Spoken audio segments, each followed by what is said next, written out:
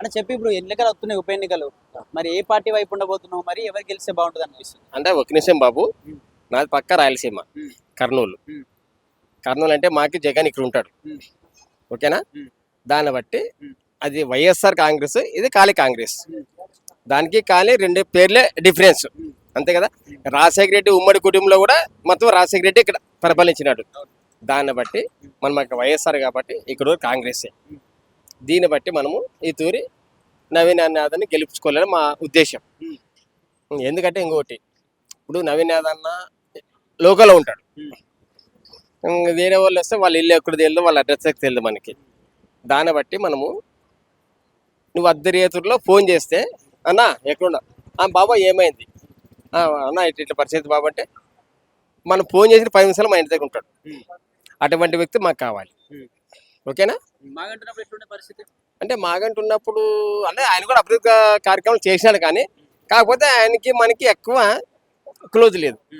ఇప్పుడు ఆయన కలవాలంటే ముందు పిఎల్ని కలవాలి, పిఎల్ని కలవాలంటే ఆయనకి అపార్ట్మెంట్ ఇస్తాడు. ఈ నవీన్ యాదవ్ అట్లు కాదు, పిఏ లేదు, ఎవరు లేరు, డైరెక్ట్ ముఖాముఖి, ఫేస్ టు ఫేస్. నీకేమైనా ఆపుతుందా, ఏమైందన్నా పిలుస్తాడు. దాన్ని బట్టి మనము ఎటువంటి పరిస్థితులైనా నవీన్ యాదవ్ని గెలిపించుకోవాలని మా ఉద్దేశము. మేము ఆయనకి ఫుల్ సపోర్ట్ చేస్తాం, నిజమైన వాస్తవం. రైమత్ నగర్, కార్మిక్ నగర్, శ్రీరామ్ నగర్, బోడబండ, యూసుఫ్గఢ్ బస్తీ, మొత్తం జూబ్లీహిల్స్ ఏరియా అంతా మొత్తం. అంటే ఏరియా అంటే మనకి మనం ఇంతవరకు ఇక్కడ తెలుసు, కానీ అక్కడ ఎక్కడ ఉందో తెలియదు. వెంకటగిరి అక్కడ ఉంటాయి కదా, మళ్ళీ వాళ్ళ పరిస్థితి ఎట్లా కానీ తెలియదు. కానీ ఇక్కడ మాత్రము నవీన్ యాదవ్ అని ఖచ్చితంగా మేము గెలిపించుకుంటాం. పోటీ చేసిన గెలవలేదు కానీ గెలవలేదంటే ఇంకోటి అన్న, అప్పుడు ఆయనకి ఏ పార్టీ టికెట్ ఇవ్వలే, మీకు వాస్తవమే అది. ఏ పార్టీ టికెట్ ఇవ్వలే, ఇండిపెండెంట్ పోటీ చేసినాడు. తర్వాత ఎంఐఎం నుంచి పోటీ చేసినాడు. దాంట్లో చాలా ఓట్లు నవీన్ యాదవ్కి ఫాలో అయినాయి. మళ్ళీ తర్వాత వాళ్ళు ఎంఐఎం టికెట్ ఇవ్వలేనప్పుడు మరి ఈయన స్వతంత్రంగా ఇండిపెండెంట్ పెట్టుకున్నాడు, దాంట్లో బాగానే ఫోల్ అయినాయి. ఇప్పుడు ఆ ఫోల్ కాకోకుండా మనము ఏదో ఆ షిరిడి సాయిబాబా దేవ వల్ల ఆయనకి ఇప్పుడు టికెట్ వచ్చింది. దాన్ని బట్టి ఇప్పుడు 3వ తూరి, 2 తూర్లు అయితే ఓడిపోయినాడు. అంటే 2 తూర్లు అంటే ఏ పార్టీ ఆయనకి టికెట్ ఇవ్వలేదు, కానీ ఎంఐఎం ఇచ్చింది, తర్వాత ఆయన ఇండిపెండెంట్ పెట్టుకున్నాడు. ఆ రెండు తప్ప నా టీఆర్ఎస్లే, నా కాంగ్రెస్లే, నా బీజేపీలే, అంతే కదా.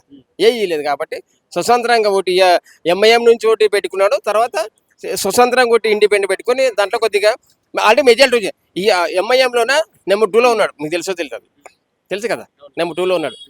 ఇండిపెండెంట్లో కొద్దిగా డౌన్ వచ్చింది. ఇప్పుడు అధికార పార్టీ టికెట్ ఇచ్చింది కాబట్టి ప్లస్ పాయింట్, మైనార్టీ ఓటర్లు ఎక్కువ ఉన్నాయి. మరి ఇక్కడ సింపతితో ఏమైనా ఓట్లేసే అవకాశం లేదంటారా సునీతకి? సింపతి ఓట్లు అంటే మనం ఆల్రెడీ కంటమెంట్ చూసినాం, మీకు తెలిసే ఉంటారు, అన్నీ తెలుస్తారు కాబట్టి. దాంట్లో ఎందుకు రాలేదు మళ్ళీ సింపతి? ఇంకోటి మా సైడ్ చెప్తాను, రాజశేఖర్ చనిపోయిన తర్వాత మళ్ళీ జగన్కి ఎందుకు వెళ్ళలేదు, అది కూడా సింపతే కదా. అట్లుంటుంది అన్నమాట. ఈ రాజకీయము చెప్పేకి రాదు బాబు. సింపతి అనేది వేరే ఉంటుంది, ప్రజల్లో మార్పు వేరే ఉంటుంది. అంటే ఇక్కడ కాంగ్రెస్ ప్రభుత్వం అధికారంలోకి వచ్చిన ప్రజలు కావచ్చు, ఉద్యోగులు, నిరుద్యోగులంతా కూడా రోడ్లపైకి ఎక్కి పెద్ద ఎత్తున కూడా చెప్తున్నారు మాకు జీతాలు పెంచాలని చెప్పి. అయినా ప్రభుత్వం పెంచిన పరిస్థితి, డబ్బులు లేవని చెప్పి ఇట్లా కూడా వ్యతిరేకత వచ్చింది కాంగ్రెస్ పైన. మరి ఆ వ్యతిరేకత ఇక్కడ చూపదంటారా జూబ్లీహిల్స్ పరిస్థితి? అంటే చూపించు, ఎందుకంటే ఇప్పుడు మన ఛార్జీలు పెంచింది కారణం ఏమంటే మెయిన్ బడ్జెట్ లేదు, తెలంగాణ బడ్జెట్ లేదు. ఇప్పుడు దాన్ని బట్టి దాన్ని కూడా వీడు రేవంత్ రెడ్డి చేస్తున్నాడు, ఈ నెల నుంచి ఛార్జీలు పెంచినాడు, దానికి గందరగోళం అయింది. ఛార్జీలు పెంచిన కారణం ఎందుకంటే మెయిన్ బడ్జెట్ లేదు తెలంగాణ. ఇప్పుడు ఏం బడ్జెట్ లేదంటే కేసీఆర్ ప్రభుత్వంలో ఇన్ని అప్పులు ఎట్లా అయినాయి అంటారు, అది మనకు తెలియదు, ఎన్ని అప్పులు తెలియదు. దాన్ని బట్టి ఈయన కొద్దిగా మెట్టు ఎక్కి ఈ తెలంగాణ కొద్దిగా సాల్వ్ చేస్తున్నాడు, అంతే. ఇంకా దాని గురించి కంపల్సరీ నవీన్ యాదవ్ మా గుడ్డేలో ఉంటాడన్న. ఆయన మేము ఉండేది రైమత్ నగర్, ఆయన యూసుఫ్ కూడా ఫోన్ చేసి ఇంటి దాకా వస్తాడు. మాగంటి గోపినాథ్ రాడు, లంకల్ దీపక్ రెడ్డి రాడు. మాగంటి గోపినాథ్ ఆయన ఇల్లు ఎక్కడ తెలియదు, లంకల్ దీపక్ రెడ్డి ఇల్లు ఎక్కడ తెలియదు మాకి. ఇది పరిస్థితి. మాకి పక్క నవీన్ అన్న గ్యారంటీ.